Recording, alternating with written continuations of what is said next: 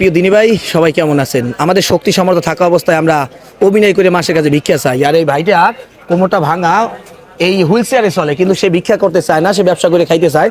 সে আমার কাছে আবদার করছে, ভাই আমার ব্যবসার জন্য আমের ব্যবস্থা করে দেন, 1 মণ আম হইলে মানে 40 কেজি। কিন্তু আল্লাহ তাআলার অশেষ মেহেরবানিতে তার জন্য 70 কেজি আম বরাদ্দ হয়েছে।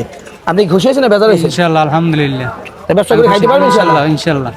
আল্লাহ তাআলা সবার দানকে কবুল আর মঞ্জুর করুন। যারা আমাদের সাথে দীর্ঘদিন 2 টাকা 5 টাকা দান করছেন, আল্লাহ আলিমুল গাইব, আল্লাহ ভালো জানেন কোন উদ্দেশ্য কোন ব্যক্তি কিছু দান করেন। আল্লাহ তাআলা সবার দানকে কবুল আর মঞ্জুর করে নিক।